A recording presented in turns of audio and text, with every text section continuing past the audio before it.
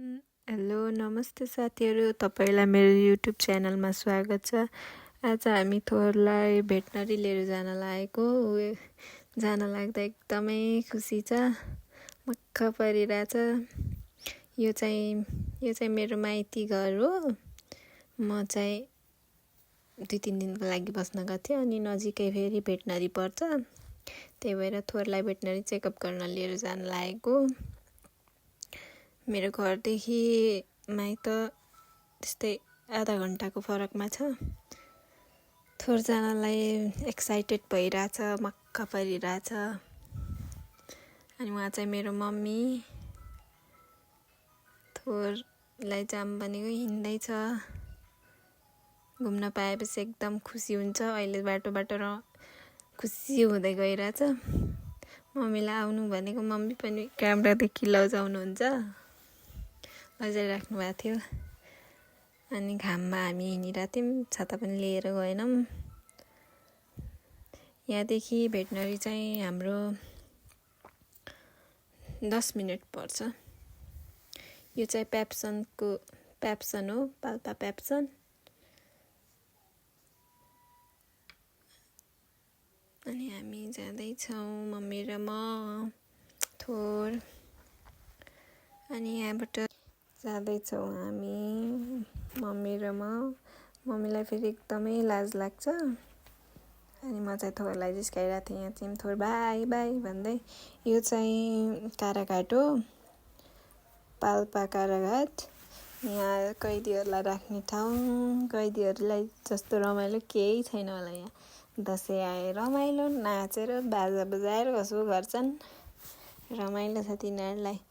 के क्राइम गरेर गएको होला, त्यहाँ त रमाइलो छ यिनीहरूलाई। यहाँबाट मासतिर बजारतिर अलिअलि देखिन्छ। हिँड्दैछौँ हामी। थोरले त्यताबाट नजानी मासतिर जाने भन्छ। आफूले भनेको बाटो मात्र हिँड्न खोज्छ। यो काराघाट। आज चाहिँ केही अकेजन नपरेको भएर त्यस्तो रमाइलो देख्दै छैन, तर रमाइलो हुन्छ। यो चाहिँ नयाँ भवन बन्दैछ। यिनीहरू चाहिँ पुरानो भवन हो। हामी यो पनि कस्तो राम्रो घर यहाँ, त्यही भएर जुम गरेर खिचेको। अब यहाँबाट 2-3 मिनट लाग्छ। अनि हामी गफ गर्दै मम्मी र म हिँडिरहेको थियौँ। थोर चाहिँ बाटोमा हिँड्दा सुसु गर्दै हिँड्दै गर्छ। हिँड्दै थियौँ हामी चाहिँ। अनि थोर फेरि खुसी हुँदै गइरहेछ। अहिले त्यहाँ पुगेपछि कति डराउने हो। यहाँबाट भ्यू यस्तो देखेको थियो। बास्टारी सराई बुटुल जाने बाटो हो यताबाट चाहिँ। यो चाहिँ जिल्ला निर्वाचन कार्यालय तानसेन पाल्पा। यो पनि बाटैमा पर्छ। अनि यताबाट सिधै जानुपर्छ। हिँड्दैछौँ हामी। घाम पनि चरक्कै लागेको थियो, घाम पोल्ने घाम थियो। अनि हिँड्दैछौँ। कर दर्ता सेवा कार्यालय, मालपोत नापी कार्यालय, घरेलु तथा साना उद्योग कार्यालय त्यो जाने बाटो हो एउटा। अनि यहाँदेखि तल चाहिँ थोरको हस्पिटल। अब यहाँबाट 1 मिनट मात्रै लाग्छ। यहाँबाट देखिन्छ थोरको हस्पिटल। अहिलेसम्म चाहिँ थोर खुसी हुँदै हिँडिरहेछ। अहिले त्यहाँ गेट बाहिर पुगेपछि भित्र जान खोज्दैन, चिन्छ सबैलाई।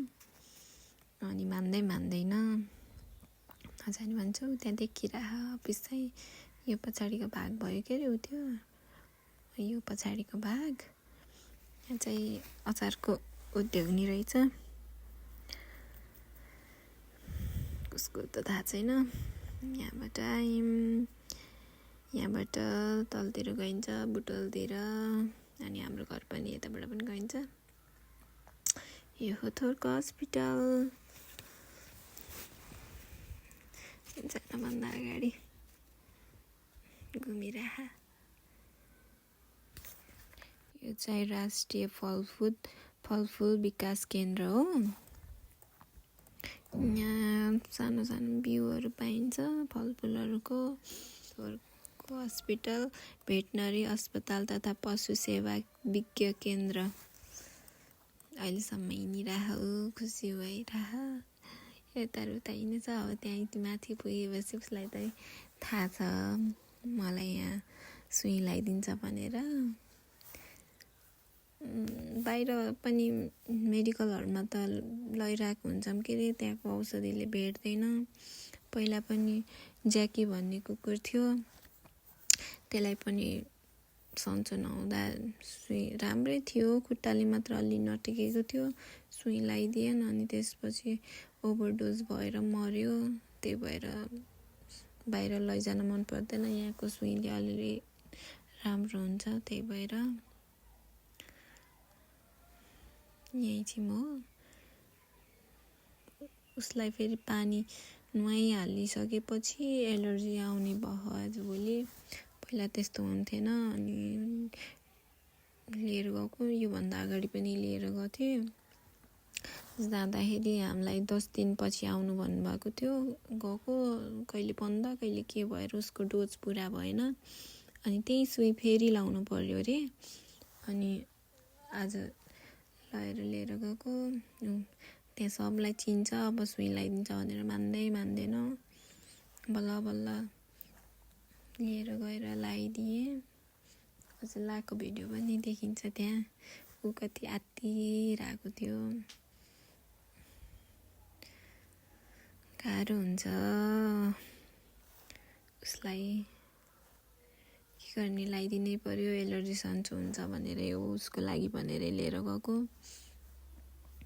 मान्दैन, कस्तो गरिरहेको। देख्दा माया लाग्छ, के गर्ने, नलाइदिए पनि नहुने।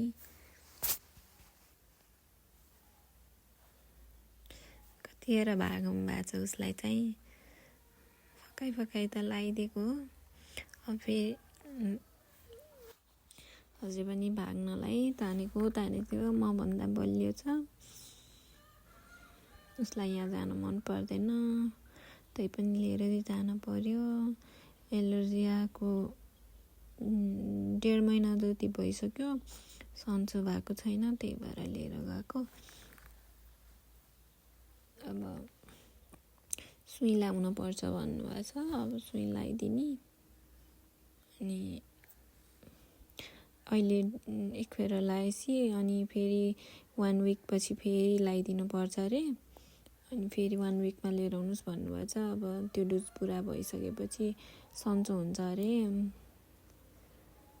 सन्चो हुन्छ होला। अस्तिको डोज पुरा नभएर सन्चो नभएको होला।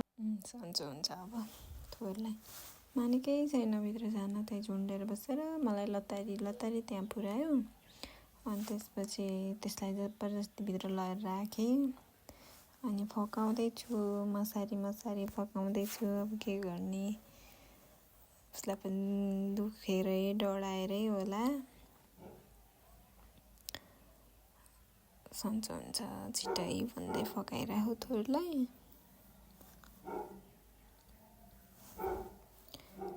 अहिले पनि भोइस ओभर गर्दा उस बाहिर भुकिरह। मान्छे देख्नै हुन्न, बालदरीमा बसेर भुकिरहन्छ। मानेकै छैन, भाग्न खोजिरहन्छ अझै।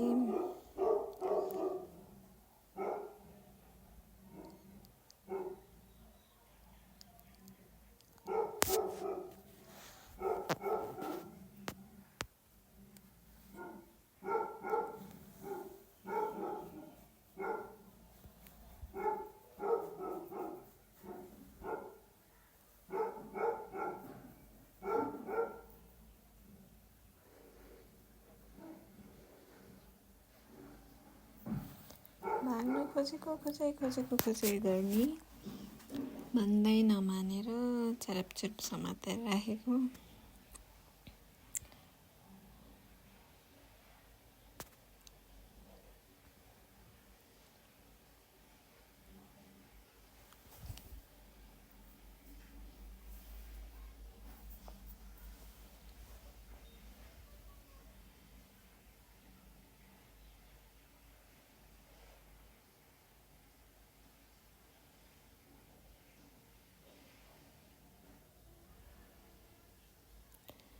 मिलाइदिनु भयो।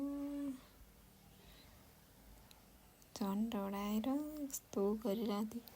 अब देख्दा टिट लाग्छ, के गर्ने।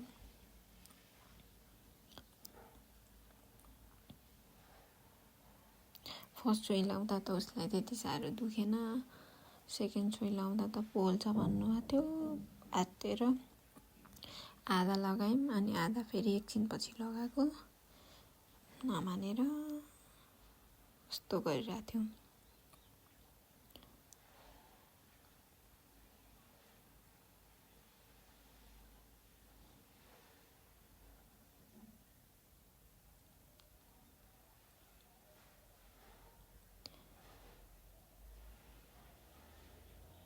अब उसलाई दुखेर यात्तेको होला के अरे। अब के गर्ने, त्यो डोज पुरा गर्नलाई लगाइदिनै पऱ्यो जबरजस्ती। आत्तिरहेको थियो।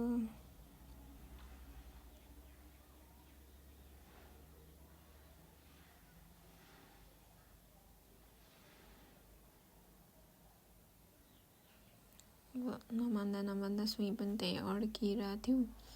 अनि जसो तसो लगाइदियौँ, आधा लगायौँ, आधा एकछिनपछि लगाइदियौँ।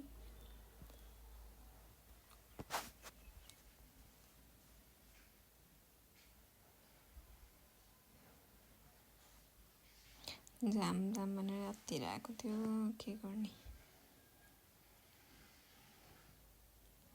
मलाई तानी गर्छ भनिरहेको थियो, तानी लछ।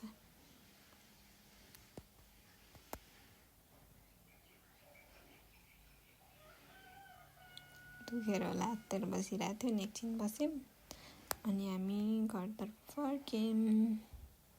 आमामलाई फुलको बिरुवा सार्न एकदम मनपर्छ। जहाँ गयो भने फुलको बिरुवा टिपिहाल्नुहुन्छ। थोर चाहिँ घर जान हिँड्यो। हामी चाहिँ मम्मी, म, थोर भएर घरतिर लाग्यौँ। त्यो छ यहाँ चाहिँ।